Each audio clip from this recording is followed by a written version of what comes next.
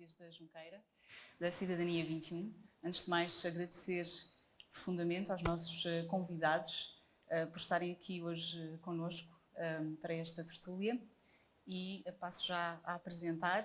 Penso que dispensam qualquer necessidade de apresentação, mas vamos a isto. Temos aqui já à minha esquerda o Coronel Vasco Lourenço, um dos capitães de Abril, integrou a Comissão Política do Movimento das Forças Armadas, é um dos líderes da Associação 25 de Abril. Muito obrigada por estar aqui connosco. Prazer é meu. Obrigado. E temos também aqui o Dr. Paulo Moraes, um rosto no combate à corrupção em Portugal, se não o rosto do combate à corrupção em Portugal, e dirigente, presidente da Frente Cívica. E é de facto emocionante estar aqui hoje com estes dois convidados no Dia Mundial da Cidadania, a retomar as nossas tertúlias. A plataforma cívica Cidadania 21 é ainda muito jovem, foi criada há poucos meses, e estar aqui de facto neste palco a concentrar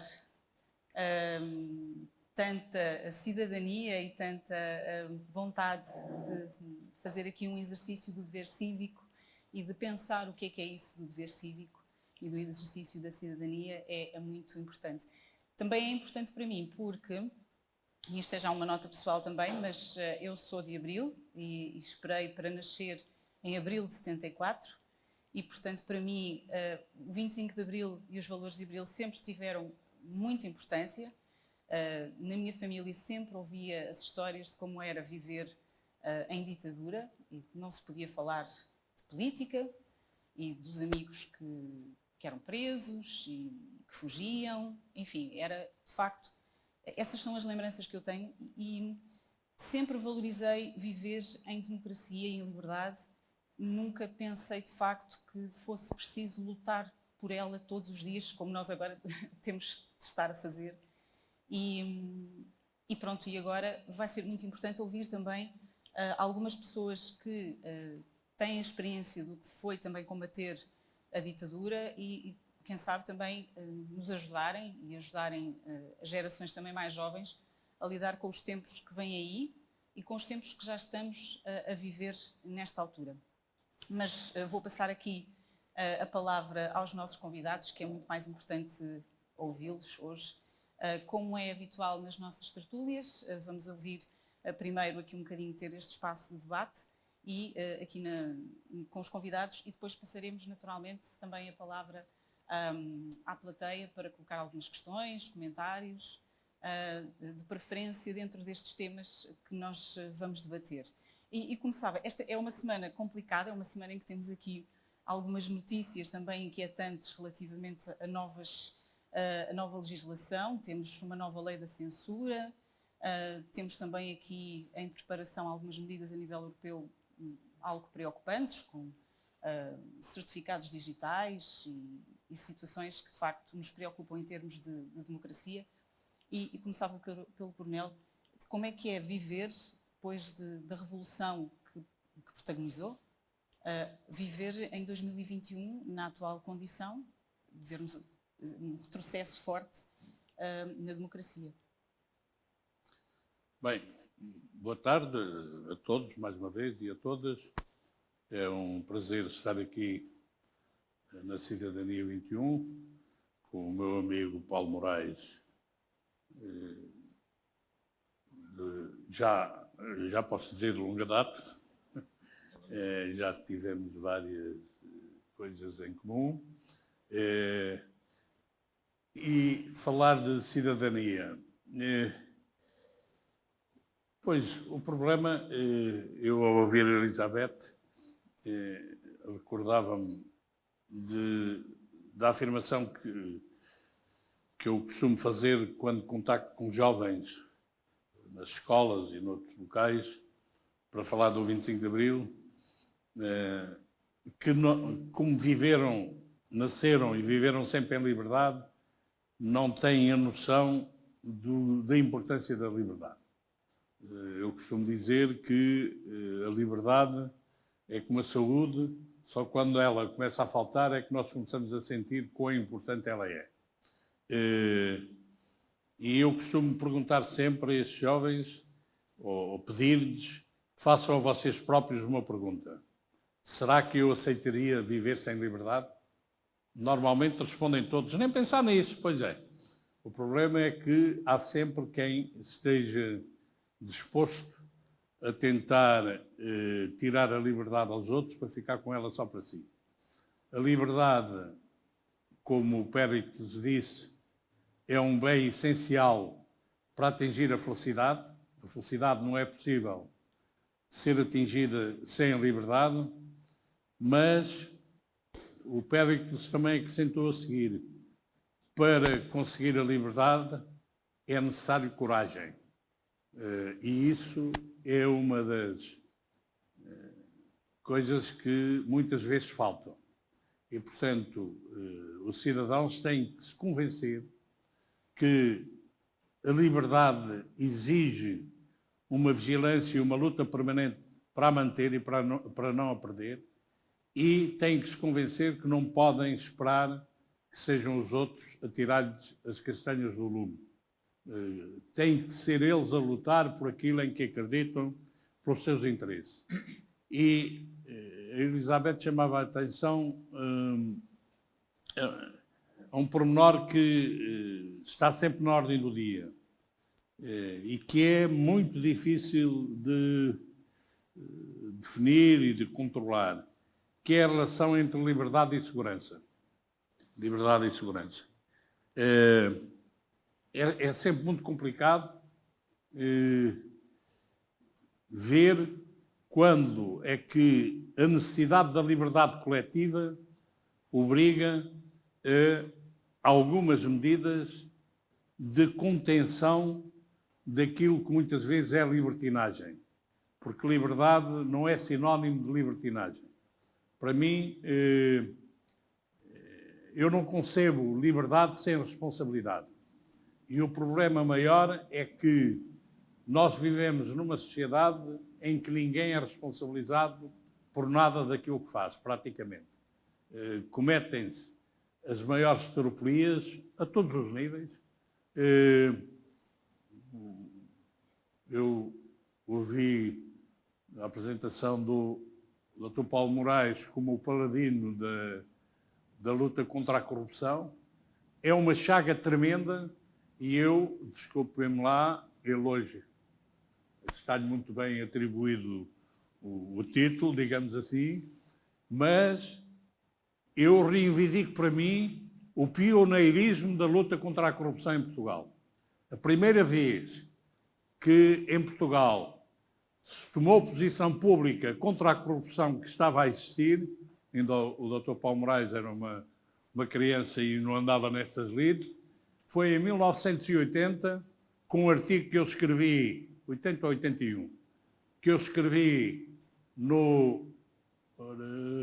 acho que foi no Diário de Notícias, sobre o problema da corrupção. Eu era o porta-voz de tudo o que era a MFA e, portanto, tinha relações privilegiadas com os jornalistas todos. Estava sempre em contacto permanente com eles.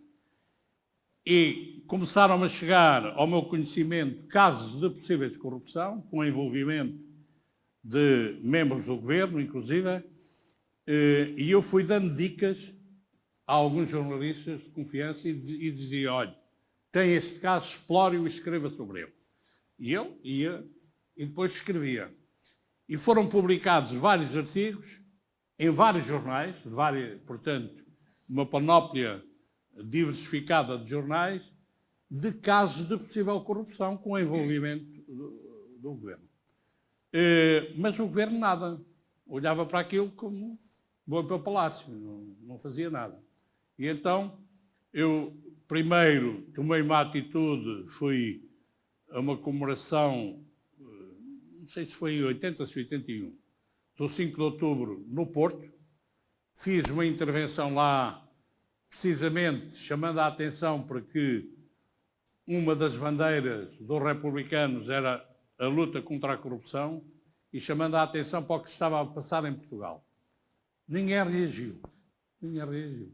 E eu, passado um mês e pouco, como ninguém tinha reagido, escrevi um artigo e o artigo, resumidamente, podia-se dizer que era... Nós temos assistido à publicação de vários artigos que denunciam vários casos de possível corrupção. Envolve membros do governo. E o governo não faz nada. Como é que é? Como é que é? E mudou? Hoje estamos em 2021. Não, tem vindo a piorar. Tem vindo a piorar. Mas, portanto, nessa altura criou-se a figura do Alto Comissário contra a Corrupção. Foi precisamente por essa atitude minha, que, aliás, teve pormenores interessantes, porque a certa altura entramos em conflito, o Governo reagiu muito mal ao meu artigo, eu era Conselheiro da Revolução, o Governo reagiu mal, o porta-voz do Governo, que era o secretário adjunto, é hoje o Presidente da República, reagiu mal, entramos em conflito muito forte, e depois, a certa altura, apareceu-me o inspetor da PJ pedir para eu ser ouvido, porque o Marcelo Rebelo de Sousa, na altura, diz ou prova ou nós caímos em cima. E eu digo, mas eu não tenho de provar nada, eu só chamei a atenção para aquilo que tem vindo a ser publicado. Eu não fiz acusação nenhuma.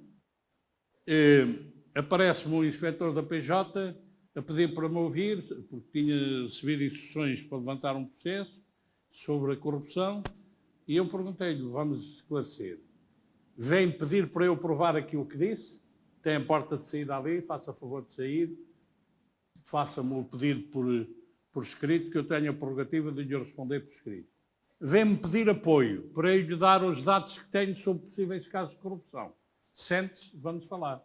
Então, basicamente, os cidadãos, e não é um cidadão qualquer, não é? Naturalmente, são um bocadinho um empecilho em toda esta máquina. São um empecilho?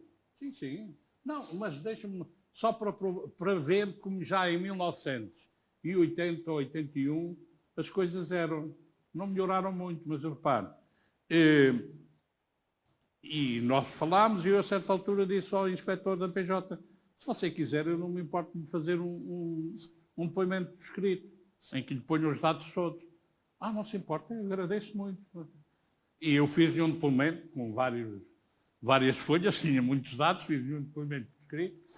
Passado um mês, o Presidente da República, que era Presidente do Conselho da Revolução também, o Ianes, entra numa reunião do Conselho e começa por dizer, eu tenho aqui uma carta do Sr. Primeiro-Ministro, que era o Pinto Balsemão, a queixar-se contra um Conselho da Revolução porque fez acusações, está aqui a cópia das acusações que ele fez à PJ e que são infundadas em não sei quem, o que é que eu faço a isso? E eu perguntei ao Ianes, sou eu? É. Então você está a dizer que tem aí a prova da prática de um crime de abuso de poder. Essas declarações que eu fiz estão em segredo de justiça. O Primeiro-Ministro teve acesso a elas. Isso é um crime de abuso de poder. Portanto, atua em conformidade. E nem lhe passo pela cabeça estar a pensar em mais qualquer coisa. Bem, e digo ao Primeiro-Ministro que ou ele se retrata ou eu trato o assunto publicamente. Ele não se retratou e eu tratei o assunto publicamente. Mas não quis ficar por aqui e fiz uma participação formal, sendo membro do órgão de soberania, ao Procurador-Geral da República, dizendo, para os devidos efeitos, ou para os efeitos que Vossa Excelência considerar convenientes, acho que fiz mal, mas é a expressão que se costuma usar, informo que o Primeiro-Ministro, fulano tal, cometeu um crime de abuso de poder, nisto assim, assim, assim. Bem, é evidente que o Procurador-Geral da República, quando tem indícios da prática de um crime, é obrigado a levantar um processo. Aqui não tinha indícios. Tinha uma participação formal de um membro do órgão de soberania a dizer que foi praticado este crime. Passado um mês, recebi uma carta do Procurador-Geral da República, nestes termos, mais ou menos. Santíssimo Senhor fulano tal, tomei conhecimento Se Vossa Excelência considerar que devo fazer mais alguma coisa, fará o favor de me dizer. Eu digo, mas o que é que eu faço? Meto o Procurador-Geral da República em tribunal? O que é que faço? Eu falei com os advogados, lá com os assessores jurídicos, e resolvi ir falar com o Presidente da República. E falei com o Presidente da República e disse, passa-se isto, o que é que eu faço? Meto o Procurador-Geral da República em tribunal? Ele é obrigado a levantar o processo. Não o faz, o que é que eu faço? E eu ouvi o seguinte, tudo isso começa no diretor da PJ, que é o Dr. Lourenço Martins, que é um homem da minha confiança. Deu ao Ministro da Justiça, que é o Dr. Menezes Pimentel, que é um homem da minha confiança. O Procurador-Geral da República, que é o Dr. Aral Chaves, também é um homem da minha confiança. Você fará o que entender. E eu tive uma expressão, larguei um palavrão e digo, mas será que eu tenho que meter o Presidente da República em tribunal? Diz que é isto, pá. Não fiz nada. Portanto, a situação é esta, de facto. Eu compreendo, eu já fui, por mais que uma vez, testemunha abonatória aqui do Dr. Paulo Moraes, nos processos que de vez em quando me colocam. A impunidade, graça, e quem tem o poder, pronto, faz destas coisas. E como é que nós... o que é facto é que eu remato sempre, mais ou menos, dizendo o seguinte, apesar de tudo, eu prefiro uma democracia com defeitos a uma ditadura, entre aspas, sem defeitos. E estamos hoje numa ditadura? Não, estamos numa democracia com defeitos, porque você não consegue... até agora não se conhece uma situação de democracia que não tenha defeitos. Agora, estamos numa democracia formal, mas estamos numa democracia. Vou aqui desafiar o Paulo também para ver o que é que... Estamos numa democracia ainda? Tem dias, tem dias. Ora bem, eu quero agradecer muito o vosso convite e as palavras simpáticas de Elizabeth. Estou aqui com muito gosto perante todos e é também para mim uma honra estar junto ao Vasco Lourenço, que tem sido meu amigo e já tivemos muitas lutas comuns. Mas para responder à sua questão, eu tenho que, estando aqui na presença de Vasco Lourenço, de dizer o seguinte. O 25 de Abril foi, além de ser um grande golpe, eu ter um golpe de Estado e um golpe democrático, e eu ter uma enorme admiração por quem o fez, foi de facto algo muito improvável. E os que estão na sala são todos mais jovens do que eu próprio não vivi esse tempo, mas nós em Portugal, antes do 25 de Abril, tínhamos uma situação muito parecida com a de hoje. E que eu retrato em 2 minutos, que é, como todos saberão, Portugal no pós-guerra estava em paz, enfim, a Europa estava destruída e essa geração é uma oportunidade perdida pelo seguinte, nos anos 50, 60, a Europa estava a recuperar da guerra e nós estávamos aqui tranquilamente em paz, a população era maioritariamente pobre, estávamos em ditadura, como sabemos, mas havia uma classe média e média alta que vivia muito bem e com muitos privilégios. E naquele momento em que estávamos em paz, essa classe dirigente, que não foi elite nenhuma, era uma oligarquia cujas consequências se fazem sentir ainda hoje, podiam ter tido imensas oportunidades e trazer imensas oportunidades para o país se tivessem feito o quê? Se as pessoas ricas, industriais, capitalistas, etc., tentassem mandar os seus filhos estudar para o estrangeiro e trazer know-how para Portugal. Se aquelas profissões mais privilegiadas, advogados, médicos, etc., tentassem também criar uma nova geração, porque havia paz e havia condições e havia dinheiro. Mas essa elite, de antes do 25 de Abril, dos anos 50 e 60, que preocupação é que teve? Apenas uma, manter os seus privilégios. De maneira que os grandes capitalistas passaram o tempo a entreter-se a fazer grandes projetos, já na altura, imobiliários aqui nas imediações de Lisboa. Aliás, este crescimento dos arredores de Lisboa não teve qualquer perspectiva de desenvolvimento, teve apenas por objetivo criar milionários com aqueles empreendimentos que se foram fazendo ao longo dos anos 60 e 70, e que conhecemos e que destruíram praticamente, na altura, a área metropolitana. E a classe média, o que é que pretendia? Eu nasci em Viana do Castelo. Qual era o grande objetivo de um médico em Viana do Castelo que trabalhasse no hospital? Era mandar o seu filho estudar para Coimbra ou para Lisboa, para depois ele voltar para Viana do Castelo e ir para o consultório do pai. Isto aconteceu com toda a classe média, que apenas se preocupou em manter privilégios.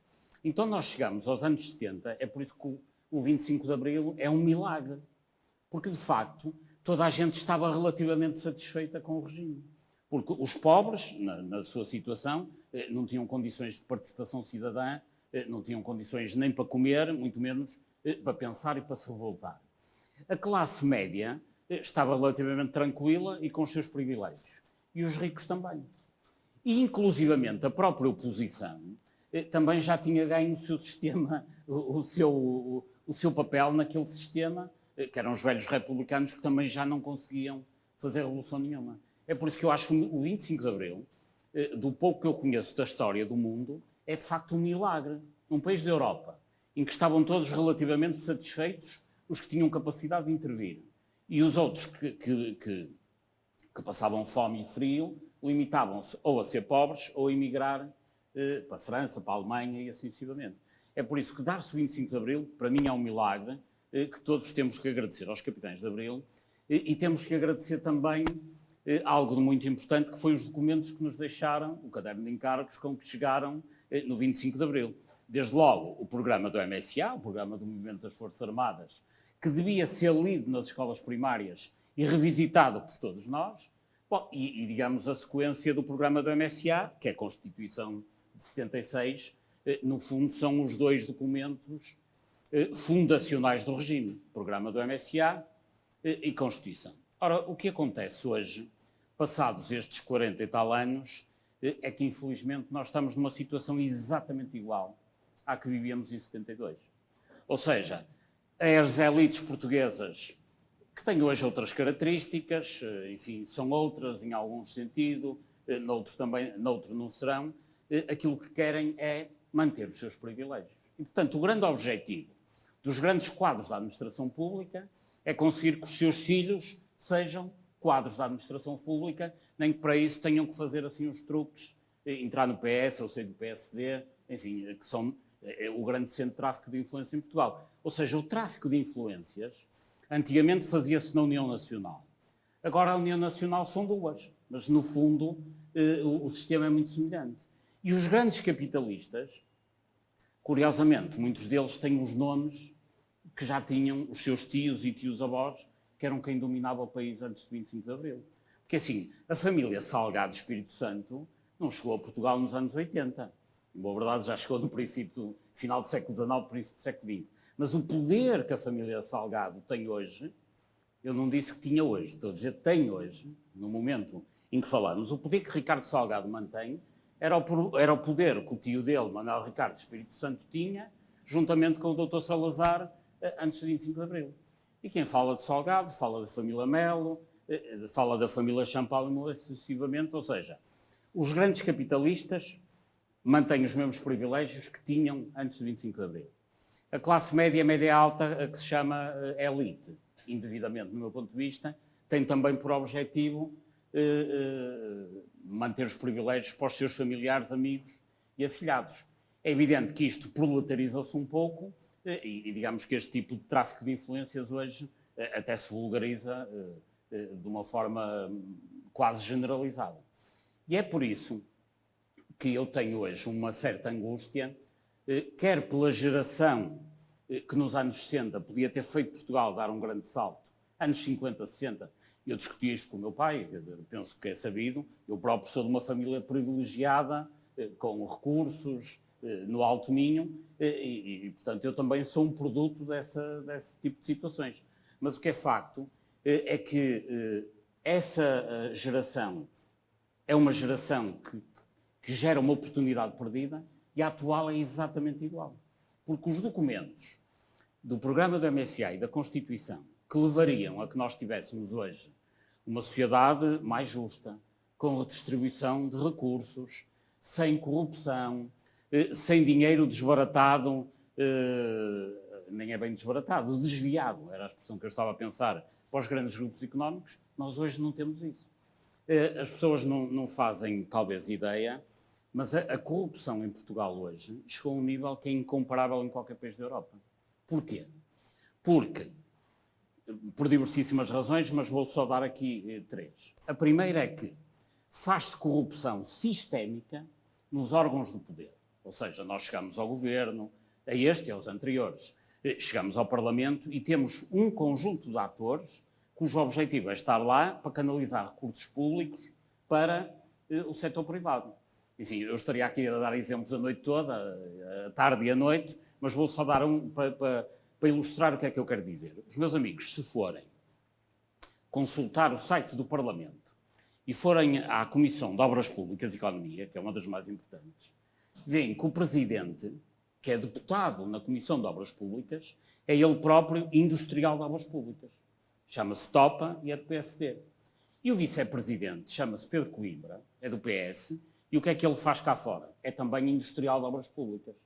E depois, o Emílio Guerreiro, que é da mesma comissão, também atua nas obras públicas. Ou seja, provavelmente eles de manhã trabalham nas suas empresas privadas e depois à tarde vão para o Parlamento regulamentar a atividade deles próprios, tendo acesso à informação privilegiada, conseguindo influenciar a legislação a favor do setor onde estão e assim sucessivamente.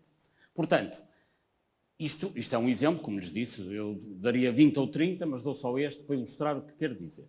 Portanto, é assim que funciona a política. Mas agora vamos às empresas privadas. Escolho também uma, só posso dar um exemplo, senão seria cansativo para todos. Vamos à Galp. A Galp é uma empresa, como sabem, privada. É do Grupo Amorim, é da Isabel dos Santos, tem uma participação do Estado, enfim, é uma empresa privada. Quem são os administradores da Galp? É alguém que perceba de petróleos? Alguém que perceba de gasolina? Também lá há alguns, obviamente, mas esses não estão no Conselho de Administração. Quem é que está na Galp? Está na administração Luís Todobão, que é do PSD, para defender os interesses da Galp, junto do poder, e vice-versa, para fazer interface. Está o Adolfo Mesquita Nunes, que é do CDS, é administrador da Galp, para fazer essa interface. Está o Costa Pina, que é do PS, para fazer essa ligação. Ou seja, nós já chegamos ao ponto em que a corrupção se estendeu. Temos empresários na política e políticos nas empresas. Portanto, mais promíscuo que isto é impossível. Mas há aqui uma coisa que se nota também muito hoje. Além de termos, de novo, os cidadãos também adormecidos e maniatados, não há um grande envolvimento dos cidadãos nas decisões, nem muito interesse. Como é que nós podemos também dinamizar isso? E depois temos a comunicação social, que seria fundamental estar também dinâmica, ativa e a funcionar, e que está a falhar completamente, na minha opinião. Há aqui estes 2 pilares, como é que há aqui alguma esperança de dinamizar um deles, pelo menos? Bom, essa pergunta é difícil, mas eu nem sei se consigo responder exatamente a essa pergunta, mas concordando com o que está subjacente a ela, uma democracia moderna só funciona se assentar em 3 pilares que funcionem todos eles minimamente, que é, por um lado, o pilar democrático, a democracia representativa, que faz com que nas autarquias, no Parlamento, etc., os cidadãos de 4 em 4, de 5 em 5 anos escolham os seus representantes, e esse aspecto, do seu ponto de vista formal, mais ou menos tem funcionado, só que este deste tripé, exatamente, é o único que funciona, só funciona se houver mais 2 componentes. Um é a componente da justiça. Para que uma democracia funcione plenamente, com justiça, e não haja uma arbitrariedade das maiorias sobre as minorias, tem que haver a justiça. É a justiça que garante que as maiorias não atropelam as minorias no exercício do poder. E a justiça em Portugal é aquilo que nós sabemos. Enfim, a justiça, de facto, naquilo que tem a ver com o exercício do poder, com as áreas de maior dimensão económica, a justiça não funciona, ponto final. E não funciona porque não quer funcionar, porque está preparada para não funcionar. Não é por acaso, só para terem uma ideia, que o caso BES, que vai ser julgado brevemente, vamos ver como é que vai correr. Mas os procuradores pedem, peço que ouçam este número, por favor, pedem a devolução ao Estado de 12 mil milhões de euros. 12 mil milhões de euros é o orçamento da saúde durante um ano. 12 mil milhões. E eu acho bem. Sabem quanto é que foi recuperado em 2019, que são os últimos dados que temos? 29 milhões de euros. 12 mil milhões, 29. É menos de 0,1%. Portanto, a justiça nesta componente não funciona e na outra, já nem vou falar dos prazos. Hoje um processo num tribunal administrativo demora em média 36 meses. Portanto, não há justiça. E depois do tripé, há um terceiro pé, que também tem que funcionar e que em Portugal também não funciona, que é esta componente da cidadania. É necessário que, além de haver democracia representativa e de além da justiça funcionar, que os cidadãos se expressem, como nós estamos, aliás, aqui a fazê-lo, mas de uma forma permanente e sistemática e possam ter uma intervenção e escrutinar, de facto, as políticas públicas. E não há qualquer tipo de escrutínio. Não há escrutínio porque não há capacidade de participação cívica, ponto número 1, o que também é normal, porque eu compreendo que os 2 milhões de pessoas que são pobres, tecnicamente pobres, não têm tempo para pensar nesses luxos que é de cidadania. Têm é que pensar como é que pagam a eletricidade, como é que pagam a água e se têm dinheiro para dar de comer aos filhos. Portanto, esses estão fora do circuito. Mas depois há mais 2 milhões que só não são pobres porque recebem subsídios sociais. Rendimento social de inserção, complemento solidário de idosos, etc. Ou seja, há 4 milhões de cidadãos em Portugal que não têm autonomia económica. Não tendo autonomia económica, não têm capacidade de participação social e muitíssimo menos capacidade de intervenção cívica. Os restantes, voltamos a 1960, a classe média baixa não se quer mexer muito, tem medo de ficar na parte dos pobres. E a classe média e média alta, no qual, enfim, nós nos incluímos, no final, maioritariamente, e eu estou a dizer isto é válido para os vossos familiares e para os meus e para os dos Vasco, seguramente. A maioria das pessoas o que quer é não se mexer muito para manter os privilégios. Portanto, e assim, como eu não acredito que a justiça comece a funcionar rapidamente e como acho que a democracia representativa vai piorar os seus defeitos, é pela via da cidadania que isto tem que ter uma abertura. Portanto, tem que haver um milagre, como aconteceu no 25 de Abril, mas é pela via da cidadania, porque senão nós não aguentamos. Eu há pouco não concluí o raciocínio, para lhes dar um pouco a dimensão do que estamos aqui a falar, que é, em Portugal nós temos um orçamento de Estado da ordem dos 80 mil milhões, tirando a parte da dívida e da segurança social, o Estado gasta 80 mil milhões, que é o que importa. Desses 80 mil milhões, 9 mil milhões, mais 10%, é para pagar resultados de corrupção. É mais de 10%. E deixem-me concretizar, que é, estou a falar do orçamento de 2021, mas isto, o que eu estou a dizer, poderia ilustrá-lo com o orçamento de 2020 ou 2018, mas vou ilustrar com os números que sei de cor. Já agora deixem-me dizer, eu sei muitos números de cor, primeiro porque ando sempre a falar disto, e sou matemático, portanto também tenho essa obrigação. Mas são 850 milhões que vão para o Fundo de Resolução. E todos os dias nós ouvimos governantes a dizer que já não há dinheiro para o Fundo de Resolução. Mas são 850 milhões. São 50 milhões que estão a ser pagos este ano para pagar o papel comercial do BPN. Vejam bem, o BPN, que foi nacionalizado em 2008, está a ser pago hoje, papel comercial do BPN. São 5 mil milhões, 4,6, para ser mais preciso, para empréstimos. Mas empréstimos para quê? Para o Estado emprestar dinheiro a empresas para gerar emprego? Nada disso. Nada disso. Sabem qual é o maior empréstimo que o Estado português tem feito? Enfim, estão todos sentados, portanto não vão cair. O maior empréstimo do Estado português não é nem para a CP, nem para as infraestruturas de Portugal, nem para nada disso. O maior empréstimo do Estado português é para a Parvalorem, que é o resultado do lixo tóxico do BPN. Neste momento, o maior devedor em Portugal do Estado, para o qual nós contribuímos com o IVA, com o IRS, com o IRC, é para a Valorem, que é a entidade que ficou, o Bad Bank, assim que se designa, que ficou com o lixo tóxico do BPN. E é para isto que, quando um cidadão que ganha 500 euros, ou 600 e tal, ou um pobre, a pensão de sobrevivência mínima, penso que sabem que em Portugal é de 170 e tal euros.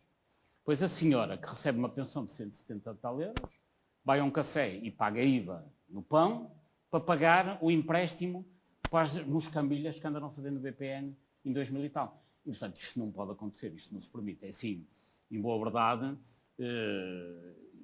eu que não fiz o 25 de Abril, nem teria idade para isso, como é evidente, eu fico amargurado por pensar que, apesar de ter havido uma revolução que nos trouxe a democracia, não trouxe a mudança do paradigma da sociedade, que é o paradigma dos privilégios, que é a classe média a querer manter privilégios e os grandes capitalistas a tratarem Portugal como se fosse um Estado feudal. Nós vivemos, de facto, de feudalismo. E é claro que o feudalismo hoje já não é o feudalismo das terras. Antigamente havia os servos da gleba. O feudalismo hoje normalmente é pela via dos serviços. É pela via da EDP, em que nós, quando ligamos a eletricidade, pagamos uma renda ao Estado chinês. É pela via das águas, que estão privatizadas, e quando abrimos a torneira de água estamos a pagar a uma qualquer empresa com sede em Paris. É pela via dos aeroportos, em que estamos a pagar a Vinci. É pela via das parcerias público-privadas, onde reparar que em toda a vossa atividade, desde que acordam até que se deitam, estão sempre a pagar um tributo para viver em Portugal. E um tributo a quem? Às tais empresas que estão enxameadas de políticos, como é o exemplo que eu dei da Galp, e muitos deles estão no Parlamento para garantir que este interface se faz na perfeição. Então temos de fazer um novo 25 de Abril? Como é que fazemos isto? Pois, eu costumo dizer, acentuar, de facto, que o 25 de Abril foi uma soma de milagres, mas é único na história universal. Não há conhecimento de um ato semelhante ao 25 de Abril em toda a história de todo o universo, em que há uma ditadura e há um grupo de militares que saem daquilo que é o suporte máximo dessa ditadura, derrubam a ditadura e entregam o poder aos cidadãos democraticamente organizados. Simplesmente, o que é que, e felizmente não existe hoje, o que é que esteve na base dessa soma de milagres? Foi a guerra colonial que, sendo um mal bastante forte, criou condições para que esse grupo de militares abrisse os olhos, como eu costumo dizer, e percebesse que tinha, para servir o seu país, o seu povo, tinha que fazer aquilo que fez. Felizmente, hoje não há guerra colonial e não vejo que haja outra solução. Eu costumo também acentuar uma coisa. A seguir ao 25 de Abril, um pouco avançado na época, até porque, de facto, o 25 de Abril não há outro acontecimento semelhante. A seguir ao 25 de Abril, nós tentámos aqui uma solução que não havia nas democracias, em nenhum sítio do mundo, que era conjugar a democracia representativa com a democracia participativa. Isto é, a ambição maior que havia quando nós avançámos para o 25 de Abril era criar um Estado democrático do género do que havia nos países nórdicos.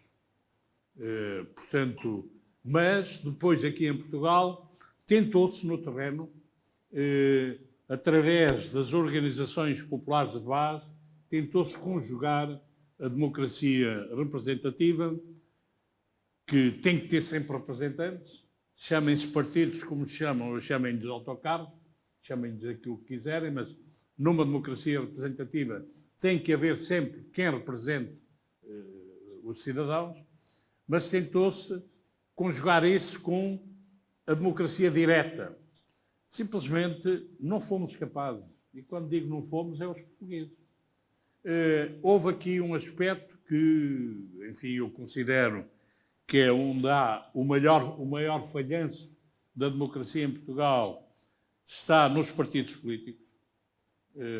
Subverteram a sua a sua finalidade, o serem representantes dos cidadãos, e transformaram-se, todos eles, em grupos de defesa de interesse de pequenos grupos, que são os militantes. Se repararem, na maior parte dos partidos, principalmente nos maiores, nem é dos seus militantes todos. Têm fações e, consoante a fação que está no poder, defendem os interesses dessa fação. Mas, saídos da ditadura, onde havia os partidos políticos eram proibidos e havia só um autorizado, houve a preocupação de dar força aos partidos políticos. Deu-se força aos partidos políticos, a seguir ao 25 de Abril. Definiu-se que só um partido político é que podia concorrer às eleições, etc. Simplesmente eles abusaram, de uma maneira geral. E depois destruíram a tentativa que houve da parte dos cidadãos da democracia participativa. Havia, eu costumo dar estes exemplos, 2 exemplos. Havia as comissões de moradores, as comissões de trabalhadores, porque havia os sindicatos, mas havia as comissões de trabalhadores nas empresas, havia as comissões de moradores, ou de ruas, ou de bairros, ou não sei quantos. A certa altura, isto logo passado relativamente pouco tempo, ainda em 74, chega-me a informação de que na calçada da Ajuda, aqui bem perto, havia 7 comissões de moradores da calçada da Ajuda. Eu digo, como é que é possível? Uma rua ter 7 comissões de moradores? Como é que é isso possível? E pedi a alguém que fosse investigar. E foi, investigou. E quando me chega o resultado uma das comissões de moradores, que tinha 7 elementos, nenhum desses 7 elementos morava na calçada da Ajuda. Porquê? Porque cada partido político queria ter lá a sua comissão de moradores. E os moradores da calçada da Ajuda foram incapazes de se organizarem numa única comissão que defendesse os seus interesses enquanto moradores da calçada da Ajuda. Que é para isso. Não era para irem defender os interesses enquanto cidadãos. É enquanto moradores da calçada da Ajuda. Para isso é que serve a comissão de moradores da calçada da Ajuda. A certa altura, isto já em pleno PREC, em que, portanto, a Assembleia Constituinte era o alvo a abater pelas forças esquerdistas e comunistas, há a Comissão de Moradores do bairro da Sé de Évora. O bairro da Sé de Évora tem uma Comissão de Moradores, aprova uma moção que é transmitida, ligado, portanto, à comunicação social, nessa altura à rádio, é transmitida em todos os noticiários da radiodifusão, em que exigia a dissolução imediata da Assembleia Constituinte.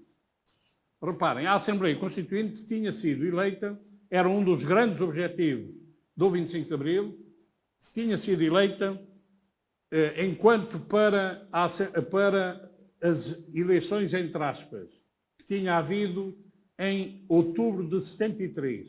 Foram as últimas da ditadura. Os cadernos eleitorais tinham 1.500.000 eleitores. Na eleição para a Assembleia Constituinte, no dia 25 de abril de 75, portanto, 1 ano e meio depois, os cadernos eleitorais tinham 6.200.000 eleitores. Portanto, de 1,5 milhão para 6,5 milhões. A população era a mesma. Desses 6.200.000, foram às urnas 98,4%. Não há conhecimento de uma eleição tão participada como essa. Pois há uma comissão de moradores de um bairro que vem exigir a dissolução imediata da Assembleia Constituinte. E eu, na altura, lembro-me que, no Conselho da Revolução, quando batíamos isso, eu disse, mas o que é que a Comissão de Moradores do bairro de Évora tem que ver com a Assembleia Constituinte? Aí são os partidos. Estão lá os partidos, estão lá os deputados. Portanto, a Comissão do bairro de Évora preocupa-se com isto, com a resolução dos problemas dos moradores do bairro de Évora. É para isso que lá está, enquanto moradores e não enquanto cidadãos. Bem, isto acabou por dar hoje diz-me, me perguntava há pouco, estamos numa ditadura. Há muito tempo que nós estamos, entre aspas, numa ditadura dos partidos. Eu não tenho dúvida em afirmar isso, porque nós... mas isso compete, é difícil. Paulo Moraes dizia agora, é muito difícil aos cidadãos terem uma participação cívica, mas compete-nos a nós. Compete-nos a nós. E, portanto, os militares de Abril fizeram o que fizeram, o 25 de Abril, estivemos durante um período que foi incluído na Constituição da República, um período de transição, em que havia um órgão específico, que era o Conselho da Revolução, que foi fundamental para que a democracia se consolidasse, e nomeadamente evitando que a discussão política fosse para dentro dos quartéis e que houvesse quarteladas umas a seguir às outras, como tinha havido na Primeira República, e a democracia consolidou-se e em 1982 é feita a revisão da Constituição e, tal como estava previsto, terminou o período de transição. E nós terminámos a nossa intervenção enquanto militares na vida política. Tenho uma mágoa, que eu disse na altura ao meu amigo Mário Soares e a outros, que nunca lhes perdoaria a forma como deram a entender que nos obrigavam a regressar a quartéis.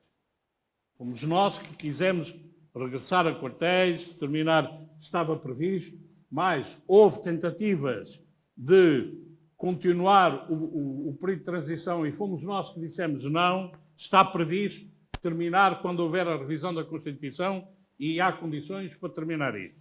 Mas tentaram dar a entender que os militares foram obrigados a regressar a quartéis, como agora há para aí uns idiotas a querer dar a entender que os militares não são democratas. Não é? Enfim, mas isso, de vez em quando, há ciclos destes.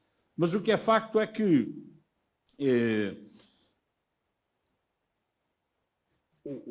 já me perdi, desculpem lá. Mas, em todo o caso, aquilo que tem referido na questão da ditadura dos partidos, tem havido também algumas propostas e... A participação. Sim. Não tem havido, mas repare que... Mas também não avança. Não avança. E os cidadãos têm que ser capazes...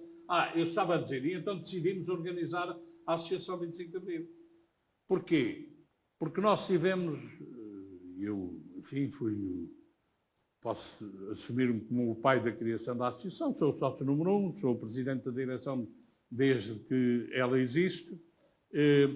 Porquê? Porque nós quisemos criar um espaço onde, enquanto militar no ativo, não posso ter uma intervenção direta política. Não posso, é proibido.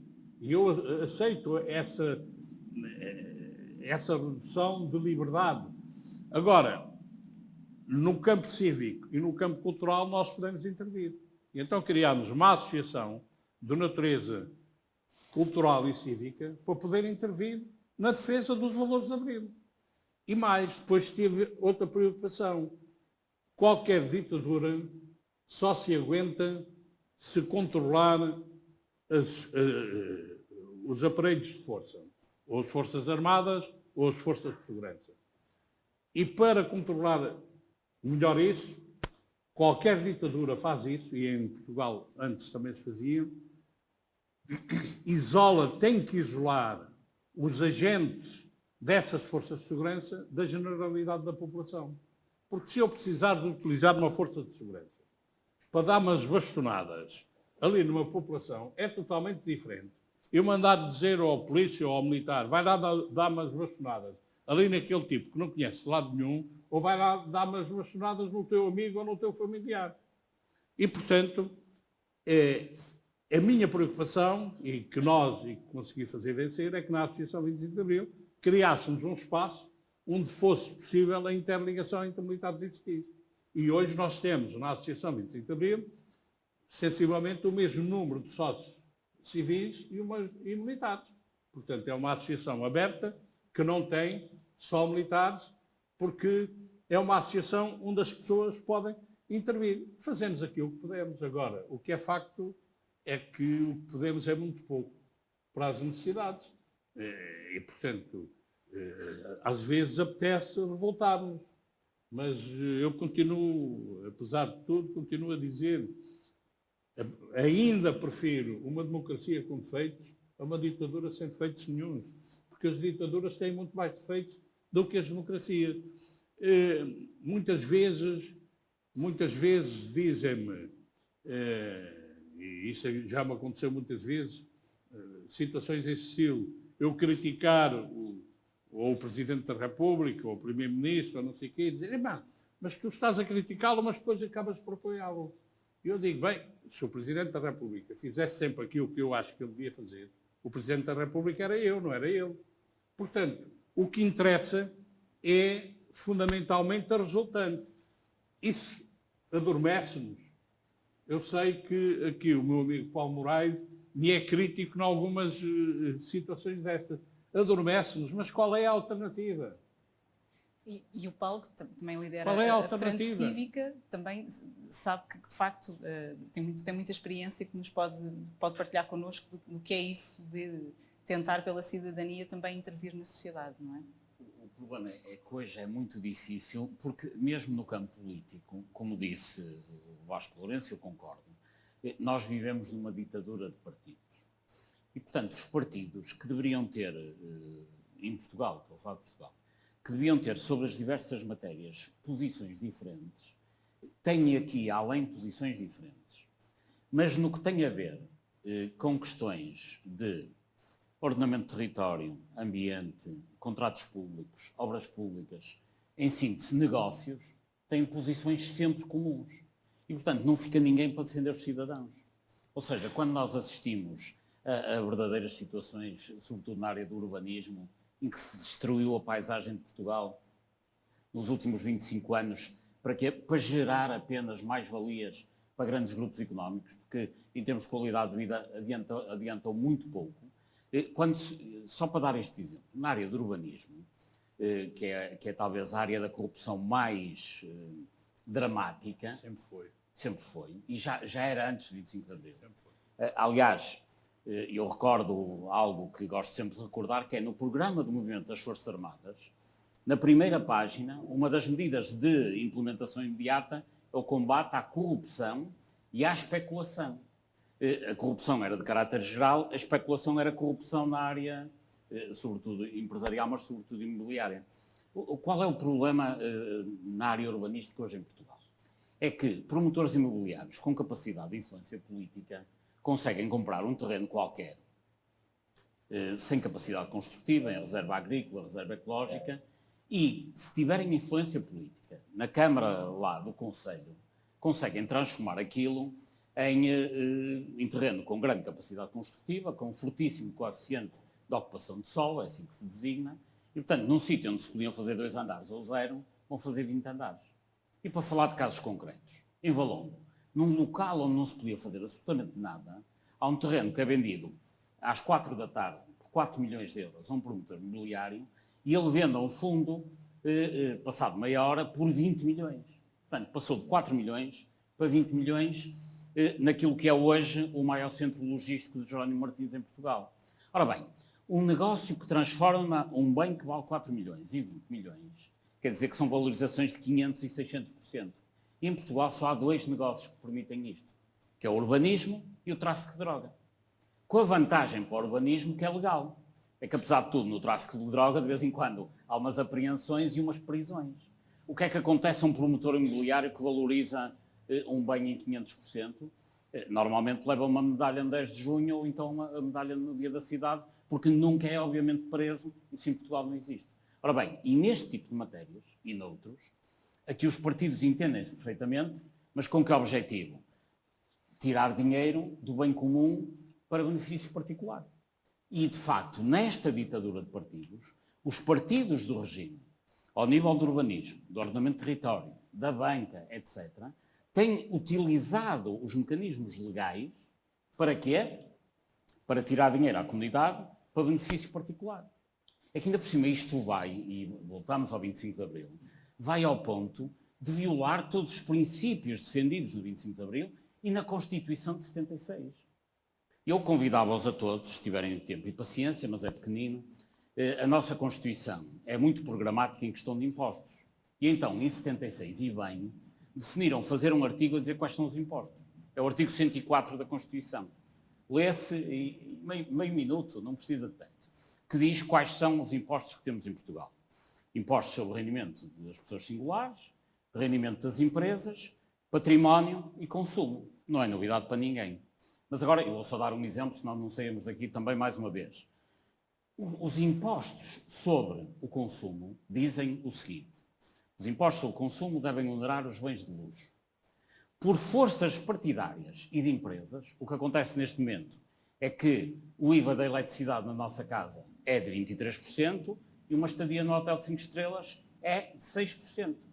Portanto, isto vem na Constituição, que diz os impostos sobre o consumo devem onerar os bens de luxo. E eu fiquei no hotel em Lisboa, pago 6% de IVA, não só na estadia, como no pequeno almoço, e um pobre desgraçado que vive no bairro social paga de IVA da eletricidade 23%. Só mais um exemplo. Diz também, esse mesmo artigo, isto é só uma linhinha, que os impostos sobre património devem contribuir para a equidade patrimonial. Não me recordo exatamente da expressão. O que é que isto quer dizer? Quer dizer que se eu tiver uma casa, um T3, num apartamento, e o Vasco tiver 2 iguais, ele deve pagar o dobro de mim que eu. Nada disto acontece. Deixem-me dar um exemplo do meu próprio prédio. Eu vivo no Porto, nas Antas, numa zona, enfim, de classe média, e o que é que acontece? No meu prédio, que tem 8 andares, há pessoas que têm a casa em seu próprio nome e pagam IMI. Outros arrendam a casa. Outros têm a casa como se fosse um escritório de uma empresa. Outros têm a casa num fundo de investimento imobiliário, estão isentos de IMI. Ou seja, verdadeiramente, eu quando vou no elevador, eu moro no 7º andar, eu passo por várias offshores a chegar a casa. Porque, de facto, os apartamentos são iguais, mas o que determina a sua tributação não é o apartamento, é o dono. Isto é inconstitucional. O PSD combate isto. O PS combate... Não. As isenções de fundos de investimento imobiliário, é curioso, eu já falei deste assunto com dirigentes partidários desde o tempo, enquanto António José Seguro era presidente do PS, secretário-geral. E, invariavelmente, quem está na oposição diz, temos que acabar com isso. Depois vão para o governo e não acabam, e assim sucessivamente. Eu já falei com todos os líderes partidários que já estiveram em sucessivos governos, todos dizem que querem acabar com os fundos de investimentos imobiliários e não acabam porquê? Porque a maioria das casas da Quinta da Marinha também não pagam IMI como pagamos qualquer um de nós. E, portanto, este tipo de princípios constitucionais, desculpem a tecnicidade, mas aqui o que importa não é o aspecto técnico, é o aspecto da justiça social. Porque quando o regime de impostos, em teoria, é para distribuir dos que mais têm para os mais precisam. Mas aqueles que não pagam são exatamente os que mais têm, o que está a acontecer é exatamente o contrário. E esse é um problema de justiça social em Portugal, não tenham dúvidas sobre isto. São os pobres que pagam impostos para os ricos. E antes de passarmos aqui às perguntas... Deixe-me só acentuar aqui uma coisa no seguimento do que o Paulo Moraes disse. A seguir ao 25 de Abril, de facto, o avanço na justiça social foi muito grande. Foi muito grande. Eu, apesar de tudo, continuo convicto, não terei os conhecimentos todos para poder fazer essa afirmação, mas continuo convicto que hoje, apesar de todos esses males, estamos menos mal do que estávamos no 25 de Abril. Mas a seguir ao 25 de Abril houve, de facto, um avanço extraordinariamente forte no campo da justiça social.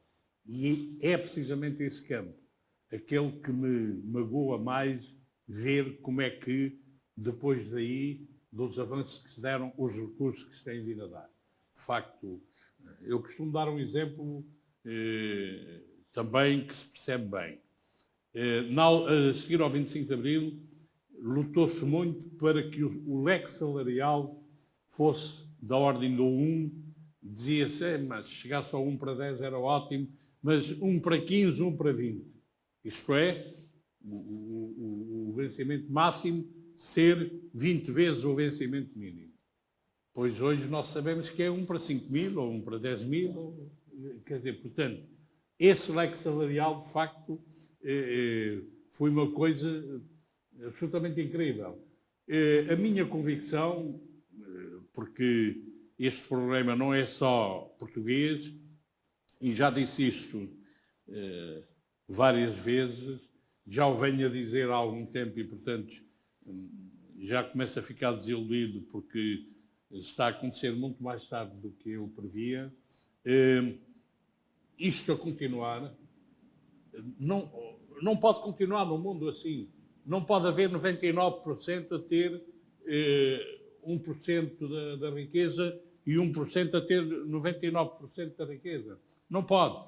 E, portanto, vai ter que haver no mundo uma revolta de escravos. Não será a revolta dos escravos da velha Roma, mas será uma revolta de escravos. Quando eu disse isto a primeira vez, enfim, chamaram-me idiota, visionário, alarmista. Depois comecei a ver, inclusivamente o Papa Francisco, a dizer a mesma coisa passados 2 ou 3 anos, e começaram a dizer, pá, afinal estás bem acompanhado. Mas o que é facto é que é uma situação que o mundo não pode aguentar durante muito tempo. O que é que podemos fazer? E vocês aqui estão a fazê-lo, e eu felicito-vos pela iniciativa da criação da Cidadania 21, conheço muito mal, espero passar a ter mais relações com a Associação 25 de Abril, mas é preciso que os cidadãos lutem por aquilo em que acreditam. Enfim, também tendo cuidado com uma coisa que foi muito mal a seguir ao 25 de Abril, que são os esquerdismos. Também é preciso ter muito cuidado com aqueles que aparecem aparentemente a lutar por determinados valores, mas que, à primeira oportunidade, passam-se para o lado contrário. E, de facto, a história de Portugal do pós-25 de Abril está cheia disso, e eu, por isso mesmo, é que há pessoas que, por muito importantes que tenham sido ou continuam a ser no país, não me merecem um mínimo de consideração pelas posições que têm assumido ao longo destes anos. E, enfim, eu não quero estar aqui a dizer nomes e, portanto, prefiro não entrar muito por esse campo. Bem, vamos então aqui abrir as perguntas e os comentários à plateia. Muito obrigada também pela referência aqui, pelo cumprimento à Cidadania 21. Eu ia propor no final, mas pode ser agora. Se calhar vamos ter de fazer uma fusão de associações e de frentes cívicas e organizar aqui, de facto, uma mega associação, mas isso ainda vamos ter muitas tertúlias e muita oportunidade para falar. Nós já houve uma altura que promovemos umas reuniões das várias associações. Mas depois, infelizmente, e eu espero que a Cidadania 21 não caia nisso, infelizmente também já tenho alguma experiência nisto. Às vezes aparecem movimentos, e eu já tive, estou-me a lembrar nomeadamente de 2, em que a certa altura aparece um movimento desse tipo logo com um chefe. E eu digo, mas o que é que se pretende? É criar uma força de choque para esse chefe ir a candidato a Presidente da República? Já tive essa desilusão por 2 vezes e me afastei. Portanto, de facto, não é fácil organizarmos-nos coletivamente no campo de cidadão. Vamos então avançar para as perguntas. Quem é que quer começar? Peço só que se identifiquem, por favor. Boa noite. Nuno Félix. Eu, antes de mais, gostava de agradecer à Cidadania 21 pela iniciativa e por nos permitir estar aqui a comemorar o Dia da Cidadania. Como muito bem disse o nosso coronel, só há cidadania e liberdade. E pronto, e se nos apetecer estar aqui até à meia-noite, nós não podemos. E, portanto, como também, se nos apetecesse fazer esta tertúlia há umas semanas atrás, também não podíamos. Certamente, o Sr. Coronel, mais do que qualquer outra pessoa aqui nesta sala, se recordará de qual tinha sido um momento histórico que tinha dado origem à outra experiência que nós tínhamos tido pós-ditadura de um estado de emergência. Tinha sido na sequência de uma tentativa de golpe de Estado, na prática, de um levantamento. E nós que passámos agora por uma sequência de renovação daquela frase do são só mais 15 dias, eu gostava de perguntar aos nossos convidados quantos mais 15 dias é que o povo português estava disposto a aguentar até haver algum tipo de inquietação, ou se o povo português, da mesma forma como aguentou 50 anos de ditadura, já lhe está a tomar o gosto e, portanto, se isto até poderia ser mais 15 dias, mais 15 semanas, mais 15 meses ou mais 15 anos, porque, de facto, nós focámos, ou pelo menos a mesa, durante este debate, focou muito na questão da cidadania, naquilo que é uma consequência da tal falta do equilíbrio do tripé e a falta e que resulta, no caso concreto, da corrupção, do tráfico de influências, etc., deste sequestro da democracia por parte de algumas estruturas, como são os partidos políticos. Mas parece-me importante nós focarmos aqui este debate naquilo que são as liberdades individuais de cada cidadão e da forma como estas liberdades nos podem ser sonegadas, quer seja devagarinho, aliás, há aquela música, não é? Que diz que o fascismo é como que vem com pezinhos de lã, não é? Portanto, é devagar, não é? E agora, inclusivamente, a Elizabeth focou isso na introdução. Já temos, inclusivamente, leis que, na prática, são leis de limitação da liberdade de expressão. E, portanto, eu se calhar não estou a ser absolutamente esquemático e não quero induzir as respostas de todo, mas gostava muito de ouvir os nossos convidados focarem-se sobre esta questão, que é a perda de liberdades individuais em democracia, a facilidade com que as pessoas, de forma voluntária, involuntária, vítimas da desinformação, da lavagem cerebral, do que seja, estão dispostas a abdicar dessa liberdade e o importante que é haver momentos como este de cidadania para fazer contravapor a esta letargia de cidadania.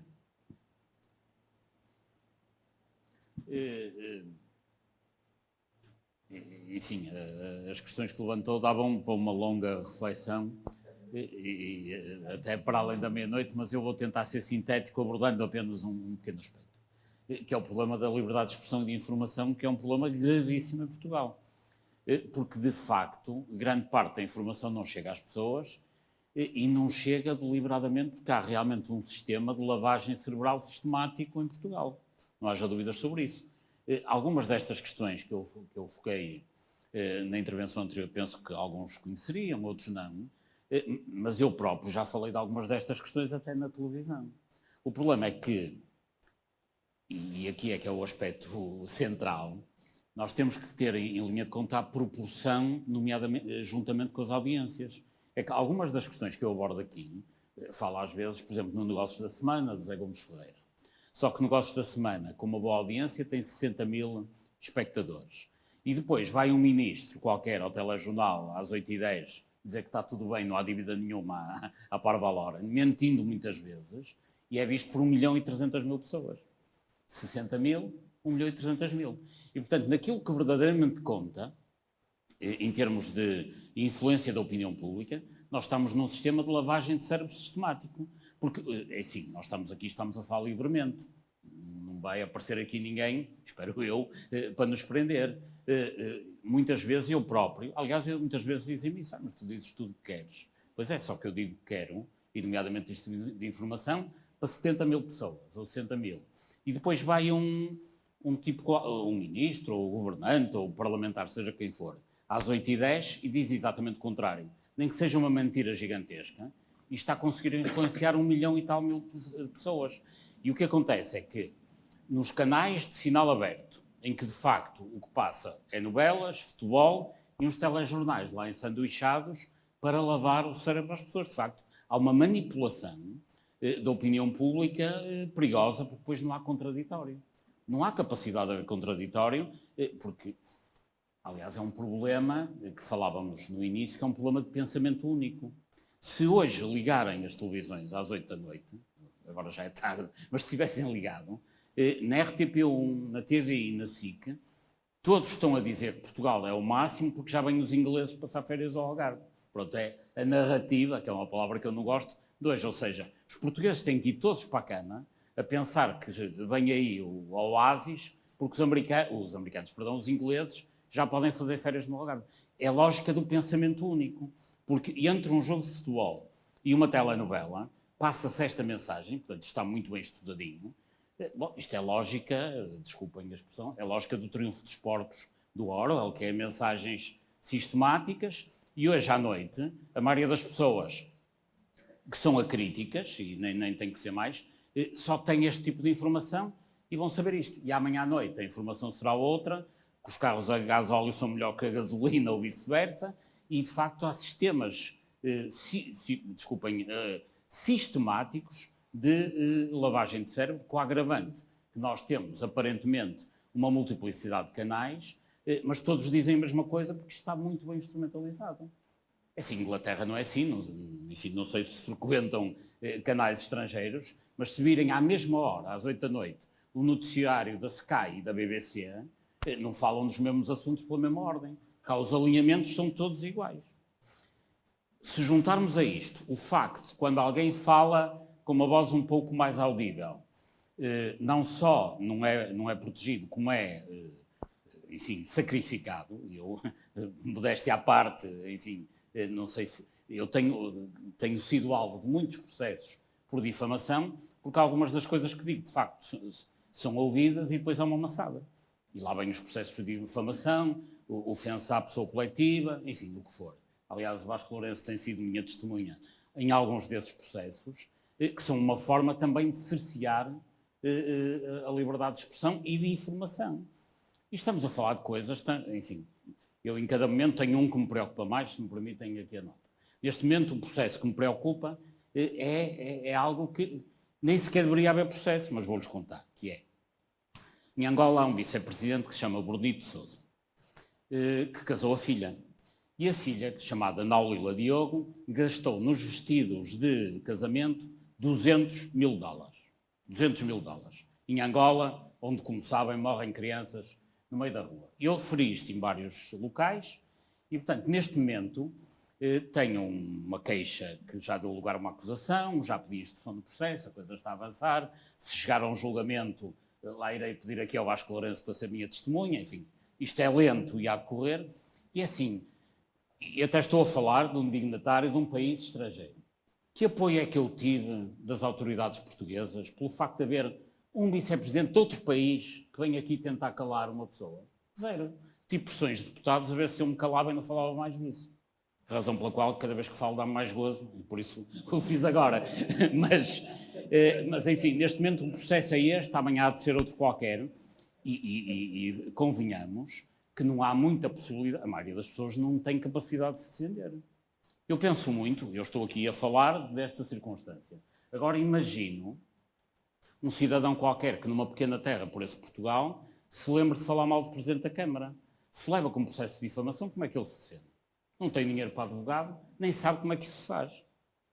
Eu, felizmente, enfim, tenho tido os mais diversos apoios, nomeadamente ao nível de bons advogados, boas testemunhas, mas não basta ter razão e estar a falar a verdade. E essa era uma questão central e na qual nós devíamos investir muito, que é no reforço da liberdade de expressão, da liberdade de informação e na garantia de quem denuncia situações destas é verdadeiramente defendido e não perseguido. O que é certo é que a situação está a agravar-se com a aprovação agora de nova legislação. Mas eu penso que a pergunta estava a levantar a questão que eu levantei quando intervim, a relação entre liberdade e expressão. E a liberdade individual e a liberdade coletiva. E, portanto, o que é facto é que a minha liberdade termina quando começa a liberdade do outro. Só assim é que podemos viver em sociedade.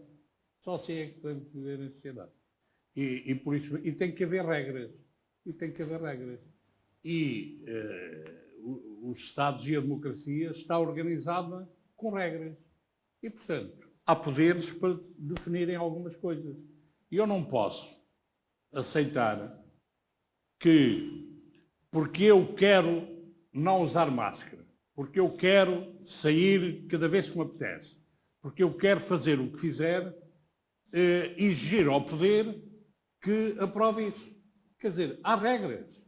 Eu lamento muito, há regras. Eu falei há pouco no esquerdismo que aconteceu a seguir ao 25 de Abril, que criou problemas terríveis. O MRPP esteve ao serviço da CIA. Quer dizer, isso hoje está mais do que comprovado.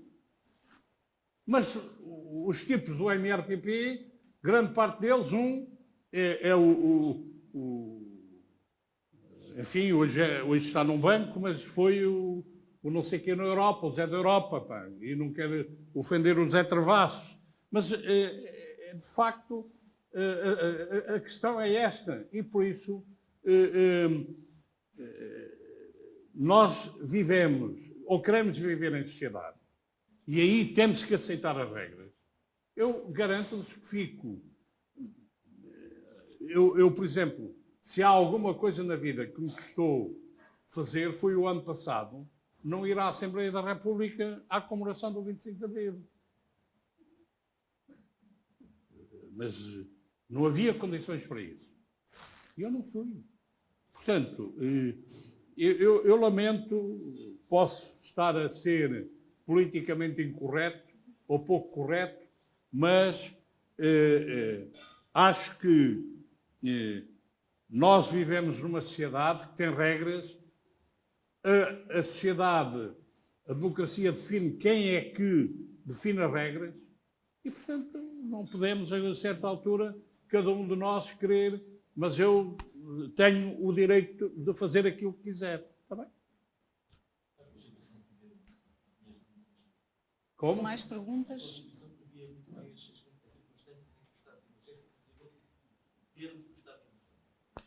É por isso, aliás, que o nosso Presidente da República veio propor já um futuro mecanismo de revisão da Constituição para prevenir situações como esta que aconteceu atualmente.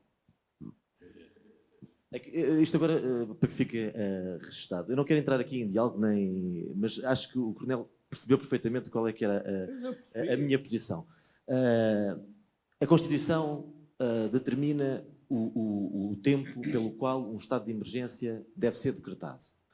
E, além dos termos em que deve ser decretado, eu como cidadão não deixo de estar extremamente preocupado quando vejo a subversão de uma norma da Constituição, de uma regra que é sistemática, as renovações do estado de emergência, inventa-se outra coisa qualquer. Quer dizer, aquilo serve para combater situações específicas, bastante identificadas no tempo e que têm que ser extremamente justificadas pelo impacto que têm na sociedade. E não deixo de estar extremamente preocupado, e acho que nos deve preocupar a todos, quando o nosso Presidente da República abriu já aqui a porta para um mecanismo de revisão da Constituição, na prática, fazendo também aqui um bocado o jogo, por exemplo, do Chega, que quer entrar na Terceira República. Portanto, E entramos aqui numa caixa, estamos a abrir uma caixa de Pandora, abrimos uma caixa de Pandora, não estamos, já se abriu. De hoje para amanhã é o escaravelho do Pinheiro, que faz alergia e que há algumas pessoas que morrem de ataque anafilático e, portanto, entramos aqui numa situação em que, para tudo, é justificável o estado de emergência. O Dr. Paulo Moraes agora falou da euforia, desta lógica da depressão, euforia com que somos todos manipulados pela comunicação social e por quem nos governa. Agora a euforia é, vão entrar as libras esterlinas e vamos todos ficar ricos outra vez e, portanto, os desempregados vão ter emprego outra vez e, afinal, não vai haver recessão, coisíssima nenhuma e vamos conseguir pagar o BPN. E temos a Champions cá em Portugal. Agora, aqui a questão fundamental é até que ponto é que não estamos aqui, de alguma forma, a subverter também aquilo que tem sido o nosso último garante, que é a nossa Constituição. Eu aí diria duas coisas. Primeiro é que a Constituição, quando foi aprovada, naturalmente não tinha presente situações como esta. Desculpe, estava cá, não? Naturalmente ainda cá não estava. Não tinha presente, digo eu, situações como da pandemia, etc, etc.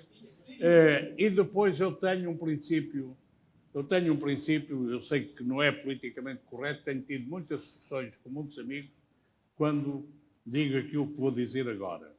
As leis e os regulamentos não são feitos para se cumprirem. São feitos para se cumprirem o melhor possível. E é preciso haver o bom senso e a capacidade de medir as medidas. Eu não me considero em condições de dizer se as medidas que estão a ser tomadas são as corretas ou não. Não tenho, nomeadamente, os conhecimentos técnicos da ciência, científicos. Agora, eu tenho que acreditar e que enquanto não se pisar o risco demasiado, os responsáveis escolhidos pelas regras democráticas, são capazes de tomar as melhores medidas. Mas, Coronel, eu tenho que acreditar nisso. Peço desculpa pelo atrevimento, mas... Eu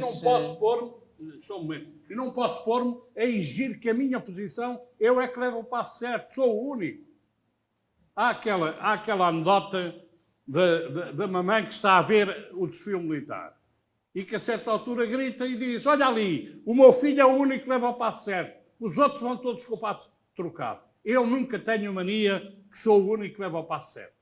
E, portanto, ou aceito viver em sociedade de acordo com as regras e procuro criticá-las, criticar aquilo com que eu não concordo, mas tenho que aceitar. Mas, Coronel, acabou de descrever de uma forma perfeita a situação, a meu ver, que nós temos vivido. E aqui já não estou tanto a fazer tanto o papel de moderação, mas é uma nota à parte que faço. E mais uma vez, peço desculpa pelo atrevimento. Mas é isso que nós temos assistido. É um pensamento único. É uma ciência única. É regras que são ditadas sem poderem ser questionadas. E, aliás, é por isso que nasceu precisamente a Cidadania 21. E eu, como jornalista, me senti, de certa maneira, empurrada para ter uma ação também cívica, porque de facto o que nós temos visto é muito isso, dizerem, o meu filho é o único que leva o passo certo. E portanto é uma situação que neste momento já não existe, e esta é uma nota à parte que faço, mas há de facto um pensamento único, nos canais a informação é toda igual, os dados são todos dados da mesma forma, e depois de todo este enquadramento que aqui ouvimos de corrupção, de tráfico, de influências, de interesses, chegarmos a um ponto em que não podemos questionar os que estão no poder a tomar estas decisões, e quando percebemos que há cientistas e médicos a serem perseguidos, não são só as pessoas que combatem a corrupção, são médicos e cientistas e jornalistas em alguns países que estão a ser perseguidos, de facto há aqui pelo menos dúvidas sobre se o risco de que falou já não foi pisado há muitos 15 dias atrás. Mas peço desculpa pelo atrevimento, foi uma nota à parte. Repare. Eu admito estar errado, mas eu ainda não tenho essa E eu percepção. também, claro. É uma Essa, questão de não questionar. tenho essa percepção. Naturalmente. E quer dizer, e aceito perfeitamente que, sem ser por razões ideológicas, porque, infelizmente, muitas vezes aproveita-se estas situações para vir com lutas de cariz ideológico, se conteste e se discute os critérios que estão a ser seguidos. Agora, Mas a não tem sido percepção que eu permitido. tenho é que a comunidade científica, a grande maioria, está de acordo com o que está a ser feito. Isso é o que passa nos mídias, não é verdade? Não é verdade. Mas passemos às perguntas. Peço desculpa. Olá, Sérgio Cunha. Muito obrigado por estarem aqui. É um gosto e sinto gratidão pelo trabalho de ambos e por aquilo que têm feito e pelo trabalho da associação. Há um eufemismo que aparece sempre: podes tirar a rapariga do bairro, mas não podes tirar o bairro da rapariga. É sexista, eu sei, mas tudo o que tem piada não é politicamente correto.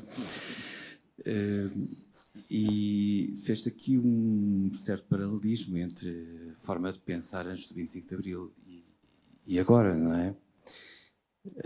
E às vezes também vemos como há uma classe política que toma o poder sobre a liberdade e parece haver um pensamento único. Fica a pensar-se, não sei, será que para ser jornalista é preciso ser de uma determinada cor política, ter um avental ou assim?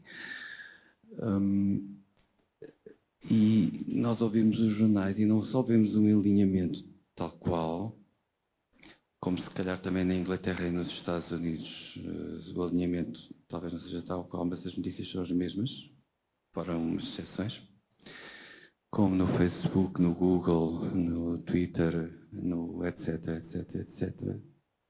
As pessoas não sabem que existe outra maneira de pensar, porque está tudo lavado. Estamos no triunfo dos porcos, ou no 1984, e há um algoritmo em tudo que limpa as verdades e inconvenientes. E as pessoas chocam-se legitimamente. Nós dizemos, mas sim, Great Barrington Declaration, os cientistas do mais renomeado do mundo dizem isto. As pessoas chocam-se, nós estamos a dizer coisas esquisitas. Não é? E também sabemos que hoje em dia existe um grande poder económico que é o poder da China, não é? Portanto, que é uma grande ditadura, e para conseguir aquele mercado não é preciso propriamente seduzir aquelas pessoas, é preciso seduzir aquele poder.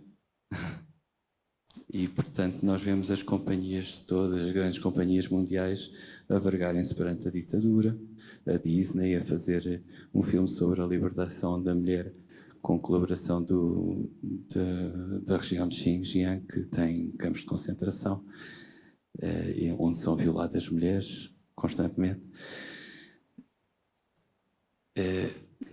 Eu acho que aqui em Portugal nós também estamos a abdicar da liberdade, faz parte do movimento mundial. E esta luta é muito importante. Obrigado. Obrigada. Mais questões? Temos espaço para mais uma questão.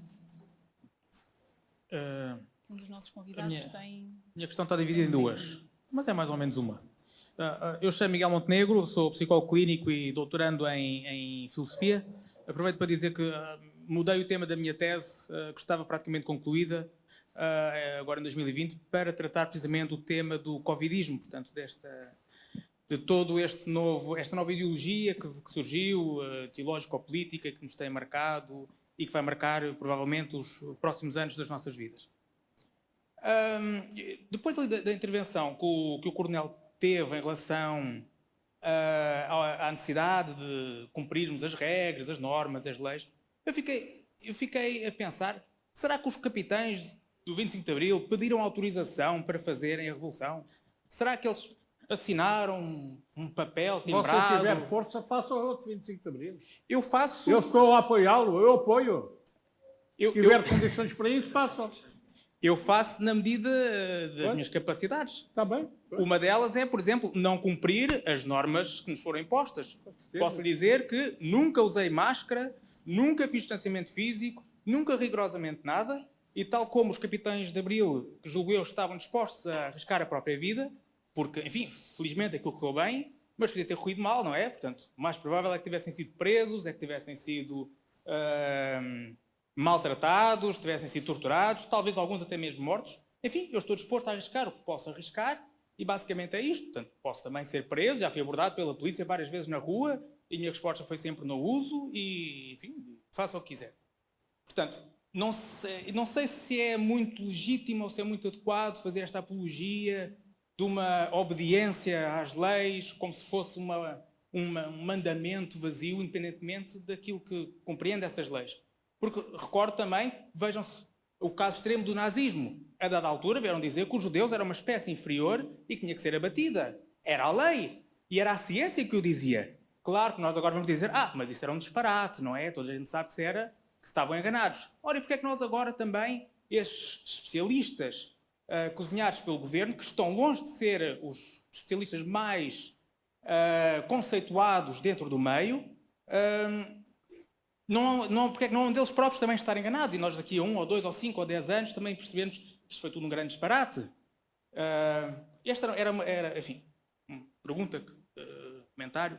O outro tinha a ver muito especificamente com esta lei que agora foi aprovada, esta lei da censura, que tem até um nome bastante eufemístico, não é? Que é a Lei pelos Direitos Humanos na Era Digital. Quer dizer, um perfeito disparate.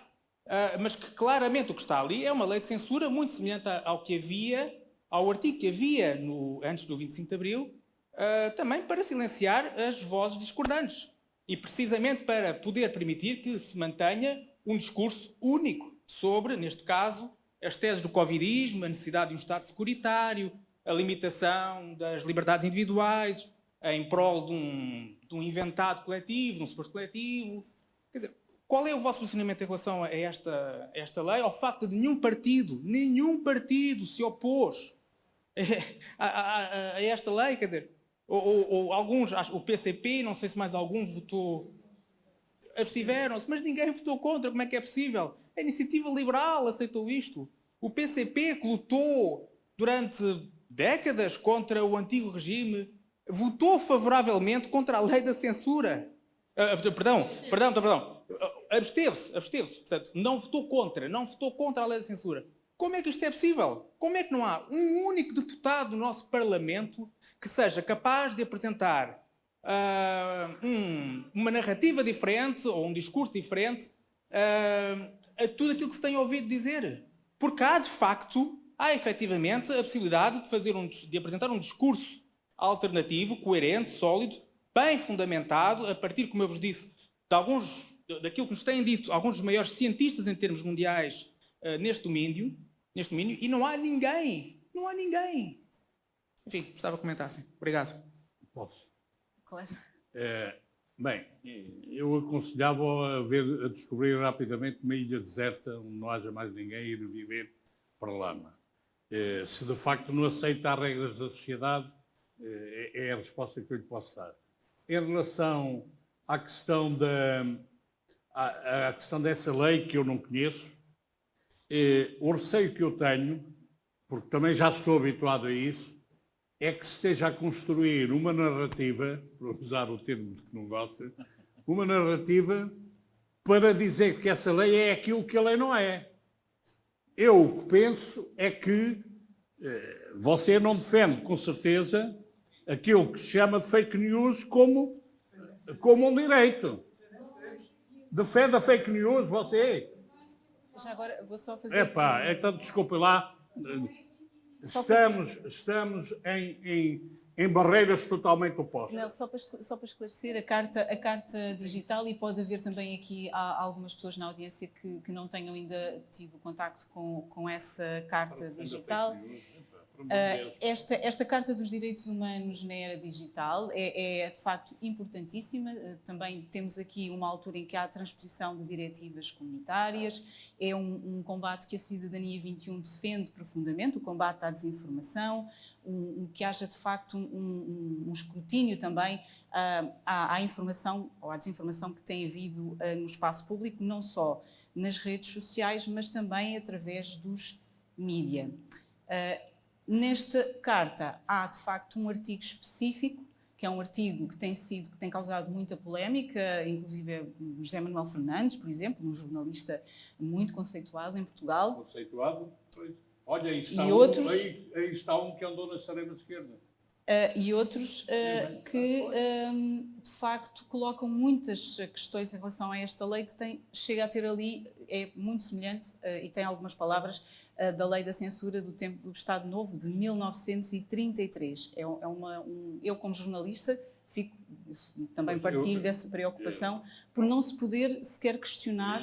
Desculpe, eu não conheço, não me passa pela cabeça, e se isso acontecer... terão aqui mais um opositor a isso, que se esteja a criar um sistema qualquer para proibir a expressão de uma opinião crítica ou de uma opinião contrária à Colmina. Espere, estou-lhe a dizer, a mim não me passa pela cabeça que seja isso.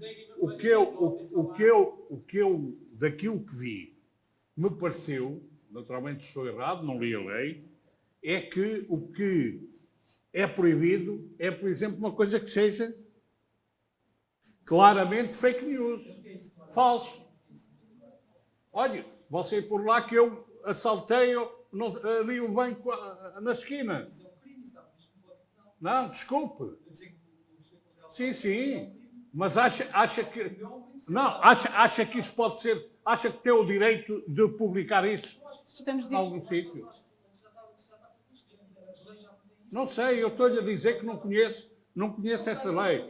Agora, o que estou com receio é que se seja a olhar para essa lei dando-lhe consequências que elas não têm lá, não sei. Isso veremos, porque de facto, agora quando a lei sendo implementada, vamos ver o que é que acontece e com a censura que já tem havido até agora sem esta lei, vamos ver o que é que acontece aí. Uma última pergunta, que um dos nossos convidados tem mesmo de sair.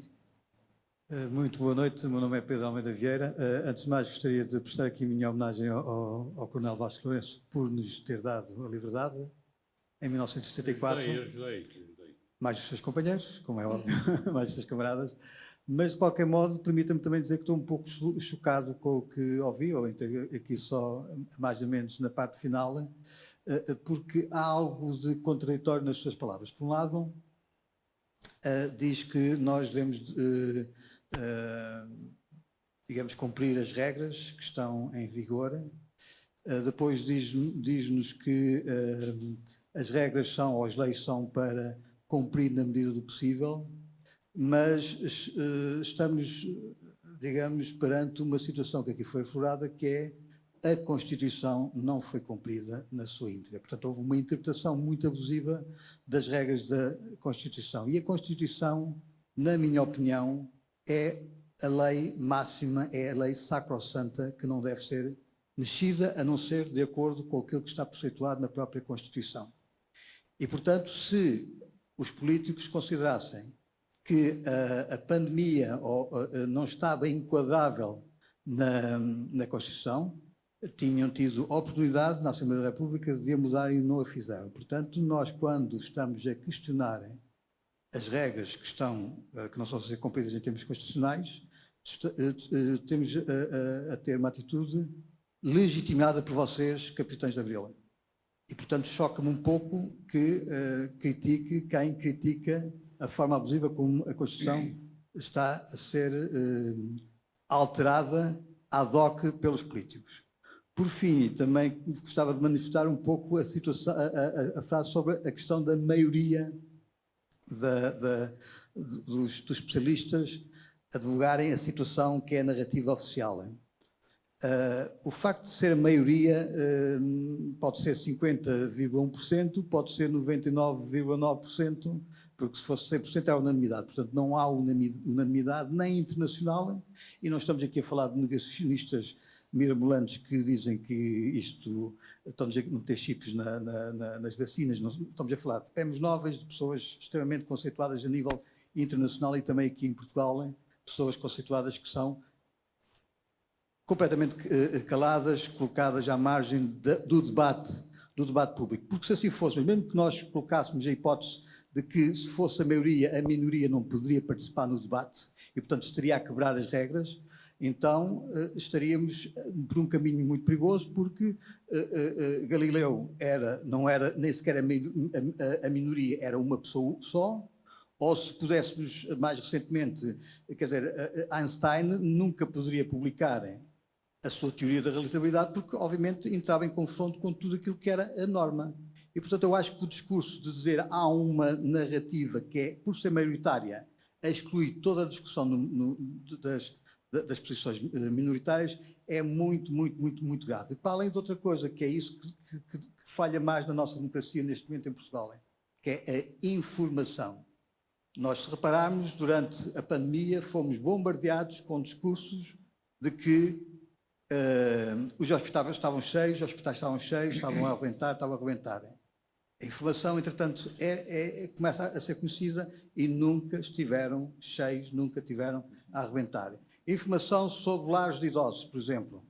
Nunca, e Portugal é um dos poucos países da União Europeia em que não tem uma única informação sobre as mortes em lares de idosos. Nenhuma. Eu consigo, através da internet, ver quantos idosos é que morreram no Reino Unido, em muitos outros países, ao dia, ao município. Aqui em Portugal há um número que é tirado ao ar e toda a comunicação social a acolhe e não questiona, não faz absolutamente nada. E, portanto, esta situação, eu se eu fosse capitão de Abril, estava extremamente preocupado e entristecido com o ano de 2020, 2021. Obrigado.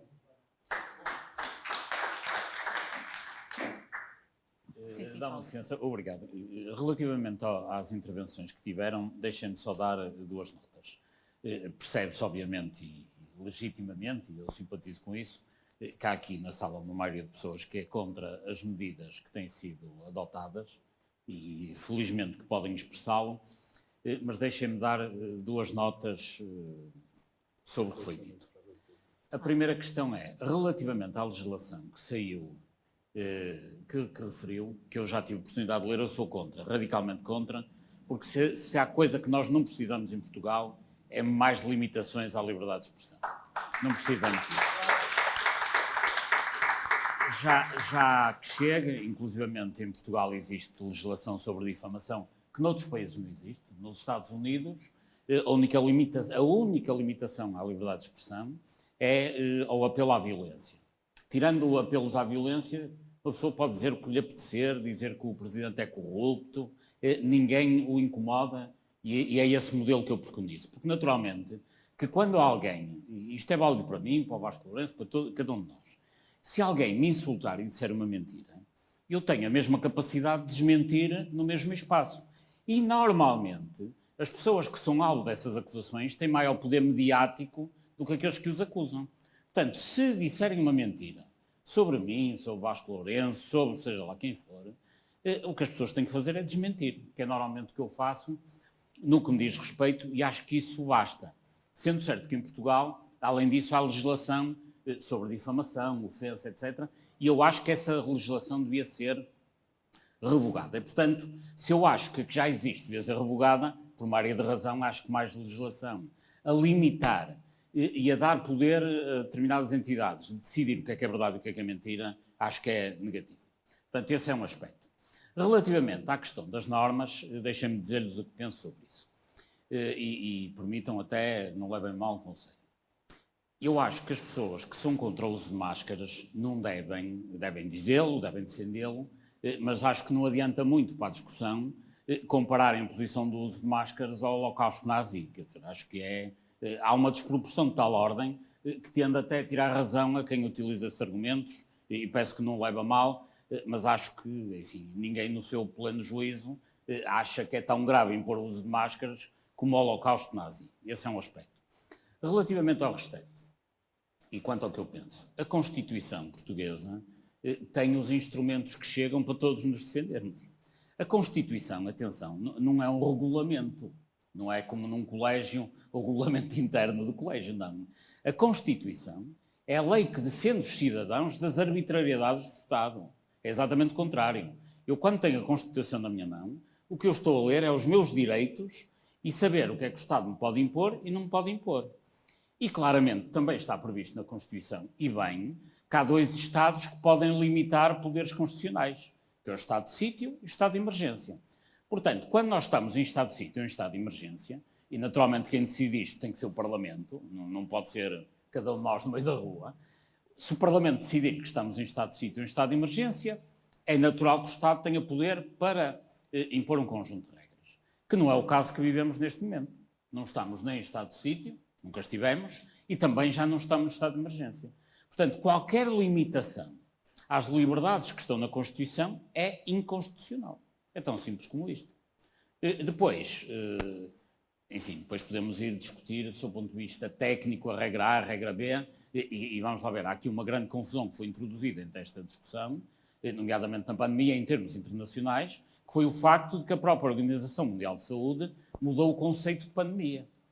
E, portanto, como a Organização Mundial de Saúde mudou o conceito de pandemia, naturalmente a sociedade, que estava habituada a trabalhar com um conceito, nomeadamente de letalidade de grande dimensão, etc., é natural que a comunidade informada não perceba muito bem porque é que a OMS mudou o conceito de pandemia. Mas, enfim, já são questões que eu também não sei discutir daqui para a frente, mas há uma que gostava de frisar, que é que cada um de nós, com a Constituição na mão, tem direito aos direitos, desculpem a redundância, que a Constituição nos permite, porque não estamos nem em estado de sítio, nem em estado de emergência. Obrigada. Deixe-me só acentuar uma coisa que me pareceu, na última intervenção, haver aí uma opinião que eu não perfilho. A sensação que eu tive é que me estava a acusar de eu estar contra o direito de expressar opiniões diferentes. Não, tem todo o direito de expressar opiniões diferentes. E longe de mim a ideia de dizer que não podem expressar opiniões diferentes. Com certeza. Agora, os cientistas que têm outra opinião, acho muito bem que a expressem. Eu o que disse é, a minha opinião é que, formada provavelmente por má informação, é que a grande maioria está a expressar uma opinião contrária a outras. Agora, se há uma coisa que eu sempre tenho dito ao longo da vida, é que a democracia implica que as minorias tenham voz. Implica que as minorias sejam ouvidas. Como?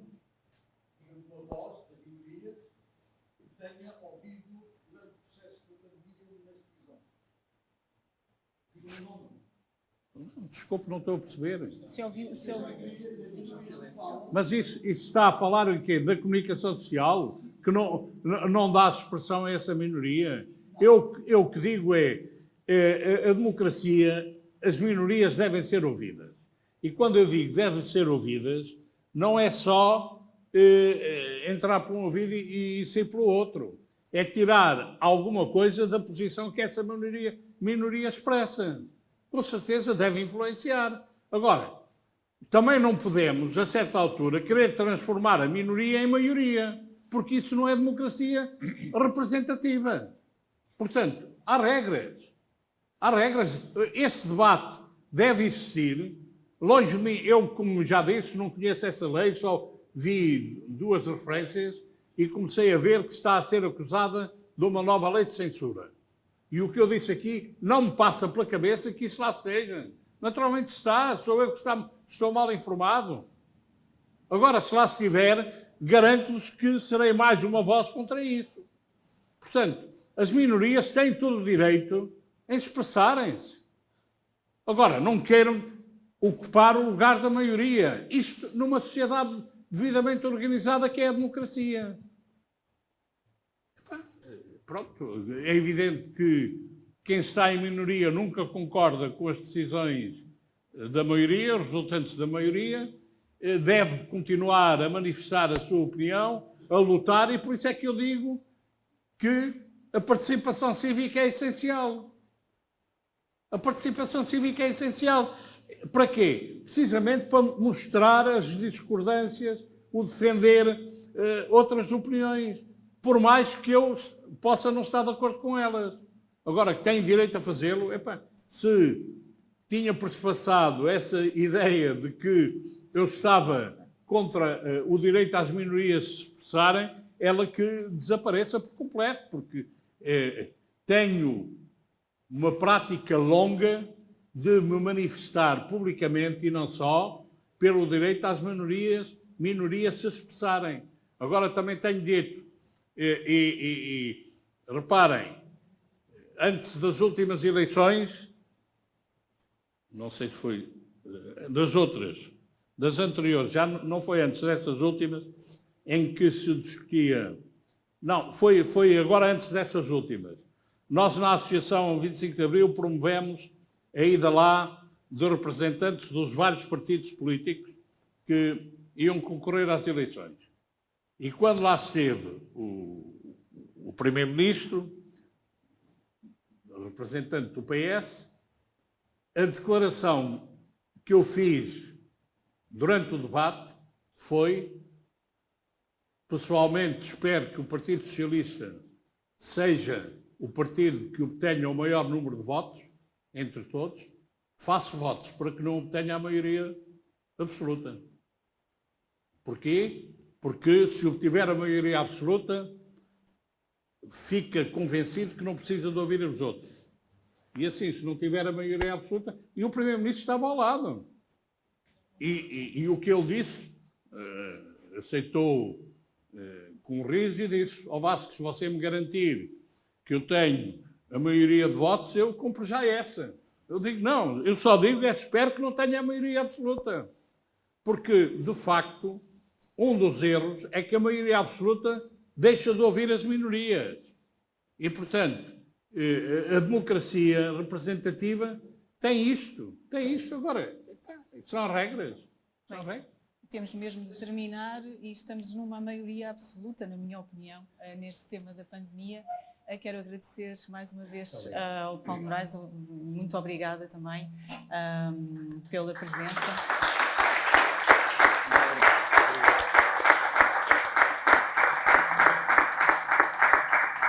E também ao Coronel pela sua presença, a sua paciência também. Já aqui estou habituado. algumas posições irreverentes. São 47 anos. Olha que E ficaríamos aqui muitas horas a tive falar. situações algo complicadas aqui nas comunidades portuguesas no estrangeiro. Tive também algumas situações, em que o indivíduo ao longo da vida toma determinadas atitudes. E está-me a ver, por exemplo, numa assembleia bastante maior que essa em Amsterdão, com portugueses, em que eu tinha acabado de ser um dos elementos, ou tinha sido o primeiro subscritor do documento dos 9, na altura, e com uma plateia essencialmente esquerdista e comunista. Não é que se sabe como é que é, não é? Portanto, o embaixador dizia-me assim: olha que o ministro dos negócios estrangeiros português foi lá ao mesmo sítio e teve que sair para a porta das traseiras. Eu digo, eu não saio para a porta das traseiras, tenho a certeza disso. Portanto, é precisamente neste confronto de ideias que eu acho que é salutar e que a cidadania pratica-se precisamente assim. Eu não sou obrigado a concordar com cada um dos presentes, nem cada um dos presentes é obrigado a concordar comigo. Agora, há uma coisa que eu garanto: a opinião que dou é honesta, é a minha. É a minha e não ando à procura de tacho nenhum. Garanto que não é. Muito obrigada.